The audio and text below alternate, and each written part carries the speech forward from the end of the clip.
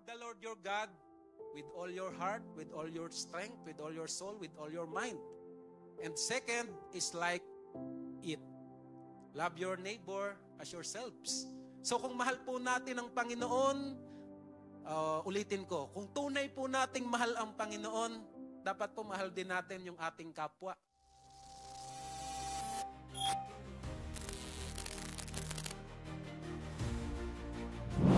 Hold me in your arms, never let me go. I wanna spend eternity with you. Now that you're near, everything is different, everything's so different, Lord. I know I'm not the same, my life you changed. I wanna be with you, I wanna be. Now that you're near, everything is different, everything's so different, Lord. I know I'm not the same, my life you changed. I wanna be with you, I wanna be. Now that you're near, everything is different, everything's so different, Lord. I know I'm not the same, my life you changed. I wanna be with you, I wanna be with you. Hosanna, Hosanna, Hosanna in the highest. Hosanna, Hosanna, Hosanna in the highest. Isa pa, Hosanna. Hosanna, Hosanna, Hosanna in the highest.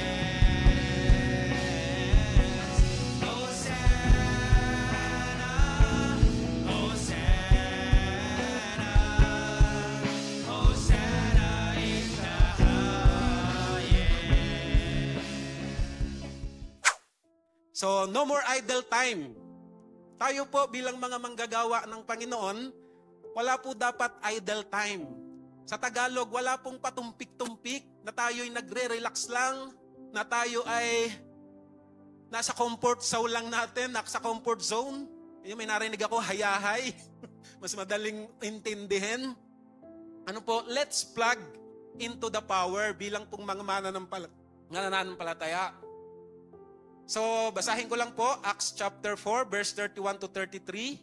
And when they had prayed, the place was shaken, where they were assembled together, and they were all filled with the Holy Ghost.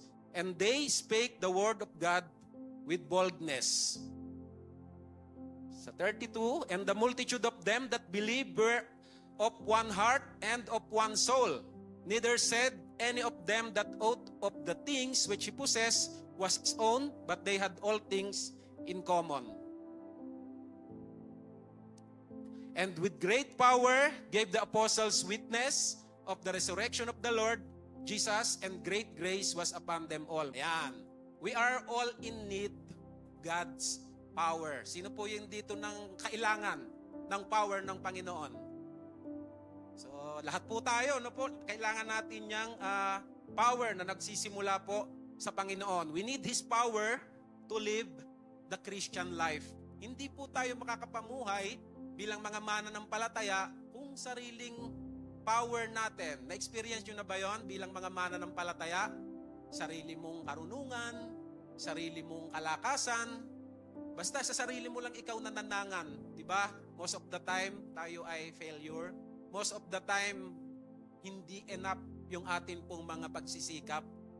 Babagsak pa rin tayo na hindi ko talaga kaya. Lord, ikaw lang talaga ang makapagtutuwid ng buhay ko. Ikaw lang, Lord, talaga ang dapat kong pagtiwalaan. So we need His power to live a Christian life dahil hindi po madali ang maging Christian. Sino po yung dito naging Christian na, Kuya Bobby, mula nung naging Christian ako, guminhawa ang buhay ko.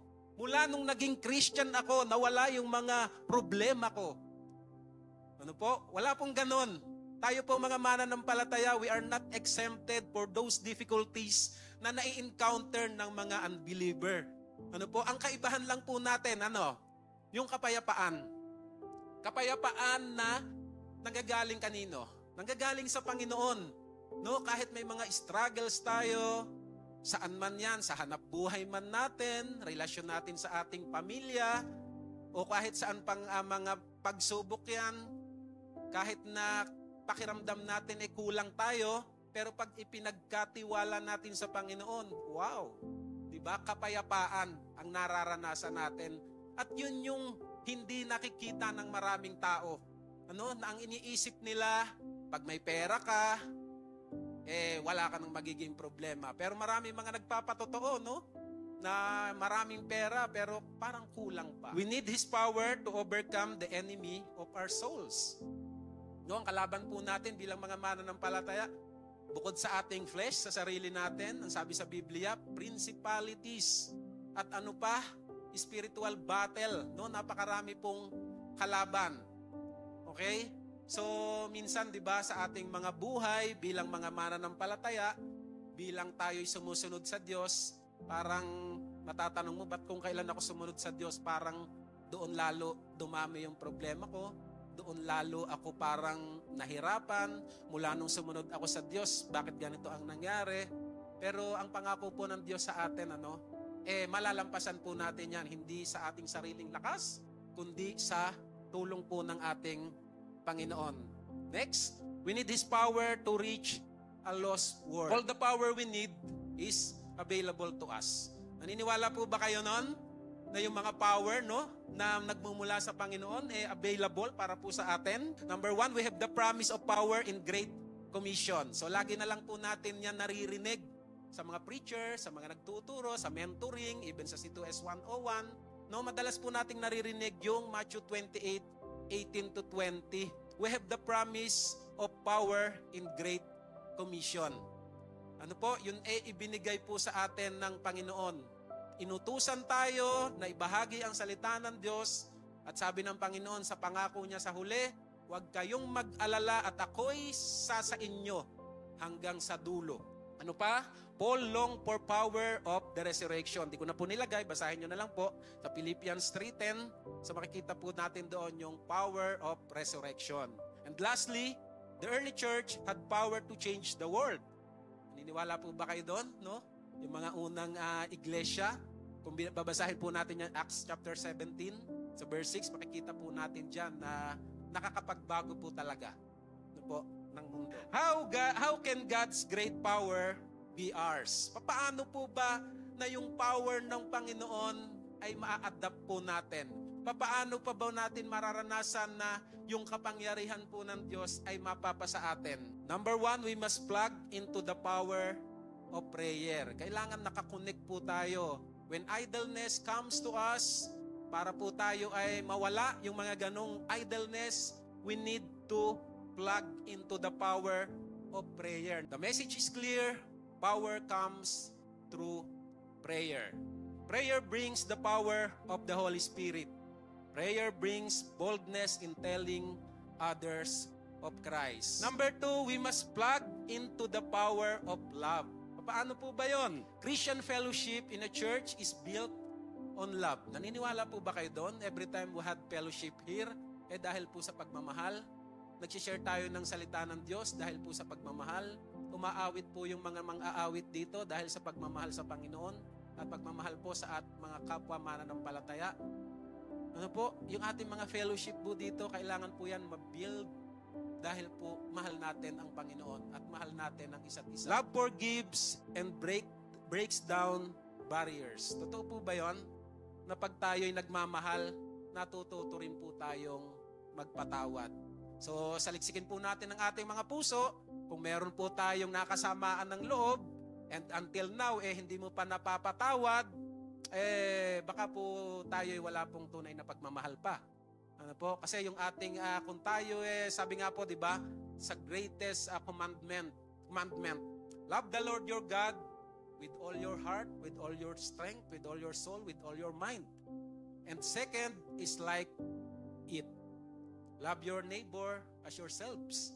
So kung mahal po natin ang Panginoon, ulitin ko, kung tunay po nating mahal ang Panginoon, dapat po mahal din natin yung ating kapwa. So kahit hindi ka mahal-mahal, dahil iniutos sa atin ng Panginoon, we need to do that. Ano po? We need to obey.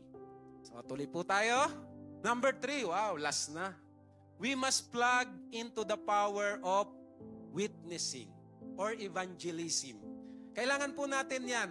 Ano po? Kailangan nating ibahagi po ang Panginoon sa bawat tao. Ano po? Pansinin po natin, ano po? Tayo po ay lumalago. Ang mga katatayan sa iglesia pong ito, pansin po natin, tayo yung parang isa sa maraming ginagawa sa simbahan. Ano po? At nakakatuwa, bilang mga tatay, tayo po ay may iisang puso, tayo po ay gumagawa para po sa ating Panginoon. Purihin po ang Panginoon. Evangelism is the greatest need of our time. Naniniwala po ba kayo doon? Ano po? No more idleness. No more idle time. Ano po? Wala na po yung mga yan. Let's plug into the power. Ano po? Para po na magamit tayo ng Panginoon. Para po tayo ay maging kagamit-gamit sa gawain po ng Diyos. Prayer, love, and witnessing will shake the world for Christ.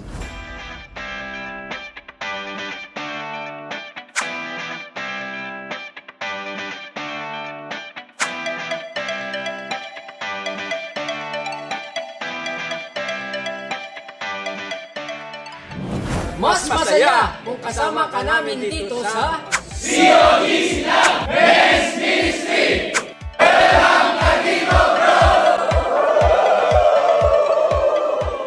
Kung napanood mo ang video na to at umabot ka hanggang dulo, inaanyayahan ka namin bro. Welcome na welcome ka dito tuwing Miyerkules, 5:30 ng hapon. Kita-kits tayo bro!